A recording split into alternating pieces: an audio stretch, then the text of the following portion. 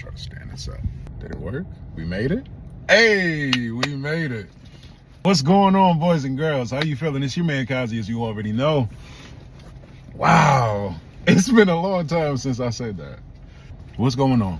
So listen, this video is a video that's been on my heart ever since my art show last year, the Tiffany collection, because that started a crazy chain of events. Yeah, let's talk about it. So this is probably going to be part one, just because I don't want this video to be too crazy long.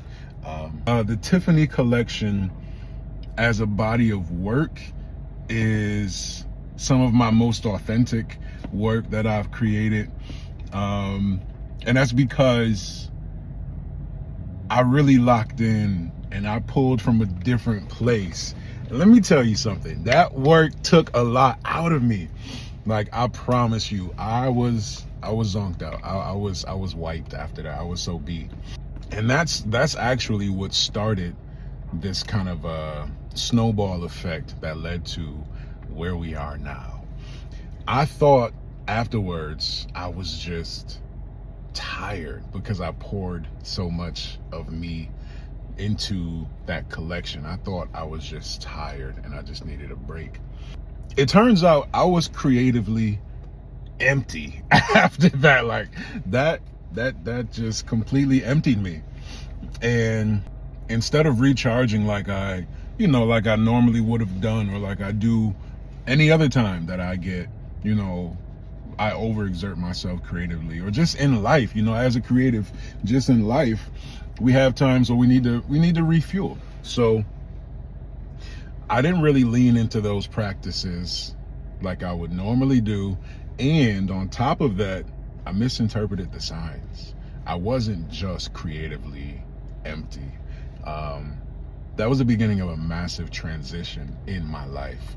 And by me misinterpreting the signs and reading them the wrong way, it really took me so long to be able to bounce back and to be able to stand up again as Kazi, Isaac was making it. Isaac was living just fine. But as Kazi, I was not thriving. I was not thriving at all.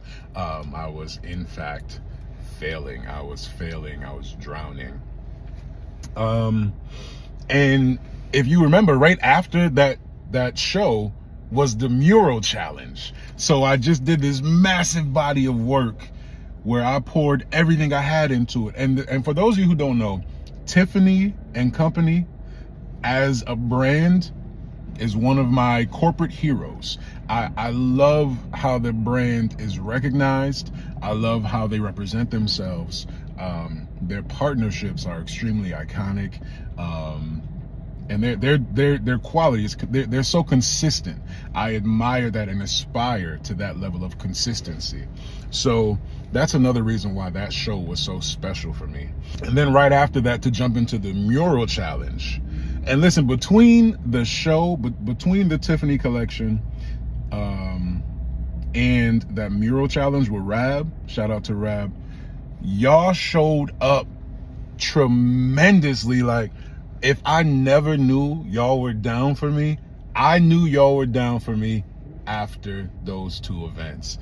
And there is no way that I can show my gratitude and appreciation. There truly is no way that I can really express how happy and grateful and just like humbling that was, because I'm just little old me. I've always just been little old me. But y'all really hold it down for the kid, and I really appreciate that. I don't take it lightly either. And that's also what made this so tough, the fact that I don't take it lightly. So after those events, I was like, yo, I want to record a thank you message, because not only did y'all show up online and electronically, but I also reconnected with some old friends and cool people in real life, made new friends as well. And I just immediately was engulfed by the burden of responding, the perceived burden of responding. Okay. I made myself feel like I had to respond to all of these messages and respond to all of this love immediately. And a lot of you know what that wait is like. That wait is outrageous. That wait is outrageous, and that wait will always make anything take longer than it would have taken before. So that was the beginning of what made this so crazy. And then after this, I pop out with random social anxiety. Like what? Like who mans is this? My life has been social, okay? My work has been social based. It's been based on people. It's always been people first in my work. Even when I was acting, I would only align myself with projects that I thought the people would really dig and that I enjoyed. Those are always the two things that lead me when it comes to connecting to creative projects. Will I enjoy this, or is it authentic, or is it true for me? And then will people enjoy it? Will the people connect to it? You know, like how is this going to impact the people? Because I learned early on that's part of my mission. That's legit. Just that's part of my mission here. That's part of why I'm here. So it's so wild to have developed this random social anxiety out of the blue, to the point where if I responded to like 3 messages a day, I was drained. I was empty. I couldn't function. It got so bad that if I had text messages from my friends that I hadn't responded to, I wouldn't go live. I wouldn't paint. I wouldn't share my work. You know, I wouldn't upload some new stuff onto my Instagram. You know, not long after the Tiffany collection, I launched my website. I did 1 post about my website because of these reasons. Like I was able to muster 1 post, but other than that, I was like, I can't ask these people to be out here going on my website after I haven't even come back from the show and then from the mural competition. I can't come back with another ask. Like that's really, those are really the lies I was telling myself. That's really what I was choosing to believe. And it was wild. It was madness. So it was crazy. It was crazy. And it really started to spiral for me. Because it impacted the way I approached my work. Since I didn't recover properly from that, and since I didn't okay, so I should probably explain recovery. After I pour out creatively, I gotta bounce back. I've gotta have some type of really cool life experience. I've gotta actually just rest. I gotta connect with my family, you know, my chosen family and some of my natural family. And you know, I've got to rebalance spiritually. There's a lot that comes with me bouncing back creatively, and I really did none of that stuff in the early stages after the Tiffany collection. You know, I really just tried to get right back to life as usual.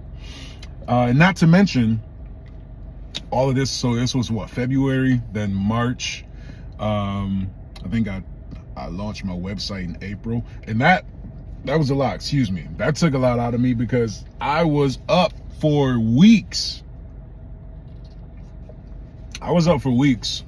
trying to get that website together, and like burning the candle all around. It wasn't even burning the candle at both ends. At that point, I put the candle in a bonfire. I put the candle in a bonfire and was like, I was like, please help, just help, let this help. Then come summer, I'm teaching again. And it was just, I was continually pouring out without replenishing and without refilling my cup. And it was a lot. I feel like this is low-key a cliffhanger, but I'm gonna stop it here. I don't even know how I'm gonna edit and chop up this video. But yeah, this is definitely gonna be a series. You know, this might be something for YouTube. Maybe I'll put like a little clip on my IG and then be like, go check out my YouTube. I don't know. Either way, I love y'all. We're gonna jump back into this. We'll be back.